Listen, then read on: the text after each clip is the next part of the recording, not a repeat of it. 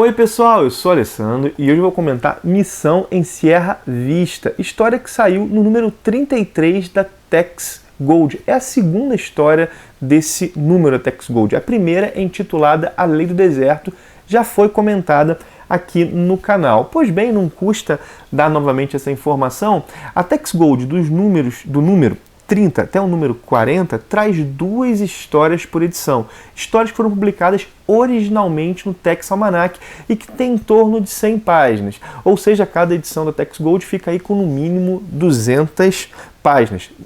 Entre esses números, né, 30 e 40. Na verdade, nos demais números fica até com bem mais páginas, né? A partir do número 41, por exemplo, fica com 280, algumas até com mais de 300 páginas. Mas nesse intervalo, 30 a 40, aí em torno de 200 páginas, sempre com duas histórias vindas do Tex Almanac. Pois bem, vamos à Missão em Sierra Vista. É uma história escrita pelo Claudio Nisi e desenhada pelo Andrea Venturi.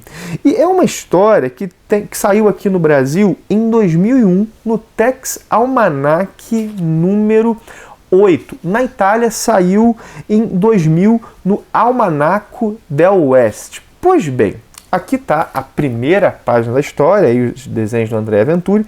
Essa história ela tem uma inspiração no Jack o Estripador. Ela fala sobre um assassino serial que matava mulheres e nunca foi pego, ou seja, uma versão aí do conto do Jack o Estripador.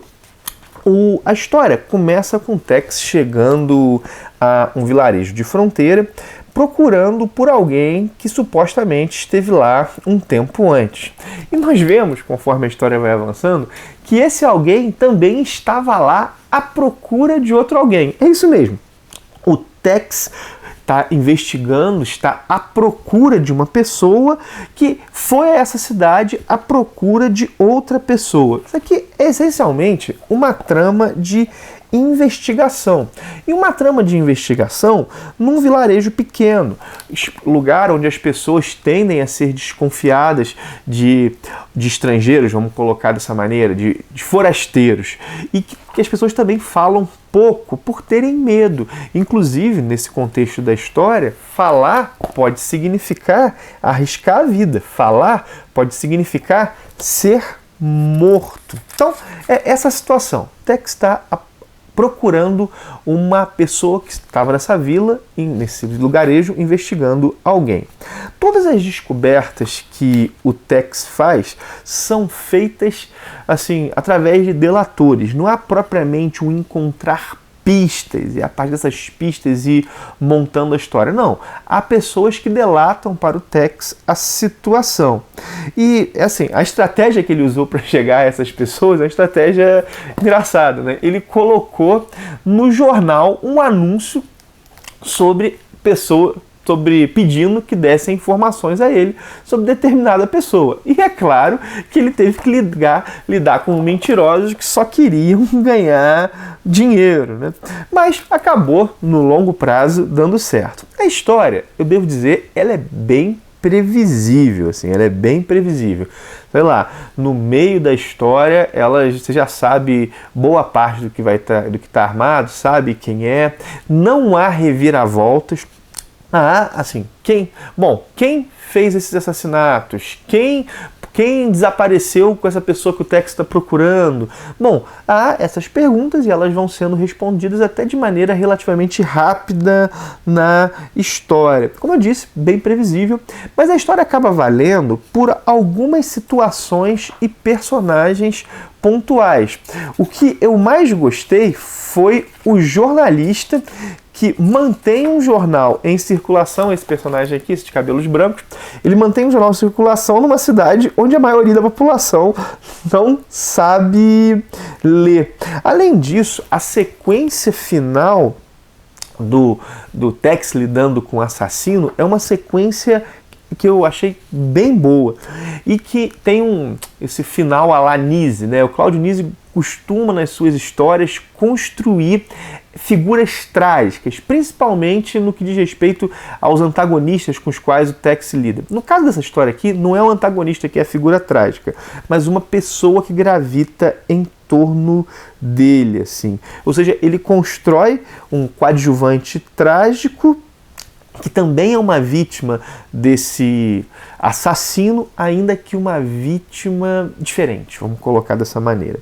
Outro ponto que eu achei legal é a postura do pai do antagonista, do pai do assassino, vamos colocar dessa maneira. É a partir da denúncia desse pai que a investigação começa.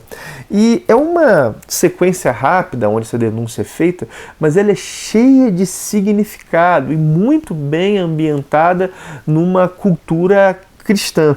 O pai denuncia o filho para que o filho tenha condições de alcançar a salvação eterna. Ela, como eu falei, ela é muito rápida, mas ela mostra o drama do pai frente a crimes terríveis que o filho comete. Então, de certa maneira, ele deseja o bem do filho, mas o que é o bem desse filho? Nesse contexto de uma cultura cristã, o bem pode ser a salvação eterna, mas ao mesmo tempo ele não quer ver o filho preso. Então, assim, é uma sequência que trabalha de maneira curta esses temas que eu achei que foi bem interessante. E o peso da culpa, a culpa nos ombros desse senhor, né, desse pai idoso. Me embolei um pouco aqui, mas acho que ficou claro. Enfim, essa aqui não é uma história memorável, mas ela é redondinha. Como eu costumo dizer, o Nise ele funciona muito melhor em história que não tem os pardes. É interessante porque ele consegue, é bem usual, ele conseguir imprimir personalidade aos coadjuvantes de uma história.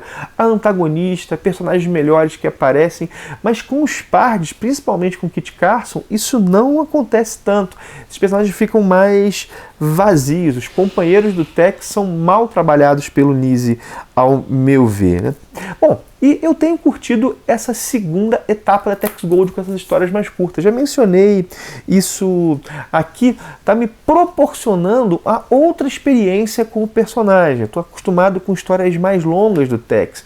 Eu comecei a ler nos Texones, né, na Tex Gigante, que foi a primeira fase da Tex Gold, li arcos maiores da mensal.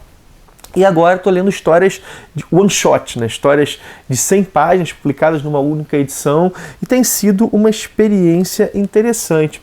E sobre a própria Tex Gold, cada vez mais fico feliz por ter começado por ela. Por quê? Porque ela me parece uma coleção muito interessante para quem, como eu, não conhecia nada de Tex. Porque aqui estão compiladas histórias de diferentes coleções do Tex. Por exemplo, o número 1 ou o número 29 saíram histórias republicadas, né, que originalmente tinham sido publicadas no Tex Gigante, que tem todo um perfil, um foco no desenhista. O desenhista nunca se repete. Agora, nessa segunda etapa, do número 30 ao número 40, histórias que saíram no Tex Almanac, são histórias mais curtas. E na terceira etapa, que vai do número 41 em diante, já li até alguns números também, essa terceira etapa traz histórias que saíram nos anuais, que são histórias aí sim, histórias bem maiores, também de uma única edição, então, às vezes 300 páginas, quase 300 páginas, que tem um escopo de elaboração também maior. E, claro, o foco do Tex Gold são histórias que não saíram na principal revista do Tex, que é a Tex Mensal, mas que saíram em edições, vamos chamar de edições especiais, embora sejam periódicas. O Texone costuma ser anual, o Tex Almanac também anual, mas ainda assim são edições que não são a série principal do personagem, mas que oferecem histórias que nesse momento foram muito legais para eu fazer a descoberta e me dão um panorama do que é feito com o personagem, do que é elaborado em relação a ele. Bem legal, né? Claro que a partir dela eu fui para outras coisas, mas foi legal começar por ela. Realmente uma coleção muito boa para quem como eu se iniciou nas aventuras do Ranger. Claro, já faz aí mais de 2 anos, mas eu acho que nesse número, a leitura desse número me fez lembrar um pouco disso e um elogio a esse projeto editorial. Por quê? Porque o que aconteceu, eu já mencionei isso aqui no canal, eu tinha certo preconceito com as histórias do Tex, por causa do formatinho, por causa do preto e branco, né? Embora, cara, preconceito com preto e branco é uma burrice. Depois de preto e branco, hoje inclusive eu prefiro as histórias em preto e branco, porque elas foram originalmente feitas para ser em preto e branco. Eu preferia que a Tex Gold fosse em preto e branco, inclusive, mas era um preconceito. E a Tex Gold ela veio num formato mais parecido com os quadrinhos que eu já consumia. Isso foi uma coisa bem legal. Bom, eu já fugi um pouco do assunto, né? Tô falando já mais do que eu devia, já terminei meus comentários sobre a história. Agradeço por ter visto o vídeo, dá o teu joinha se você gostou dele. Não esquece de se inscrever no canal se estiver chegando por agora. Tem vídeo sobre quadrinhos todos os dias por aqui e Tex é uma das prioridades. Também, eu sempre deixo um link da Amazon em todos os meus vídeos, caso você vai fazer uma compra nessa loja, entrando por esse link, ajuda demais o canal a se manter e a melhorar. Bom, é isso, minha gente, um abração e até o próximo vídeo.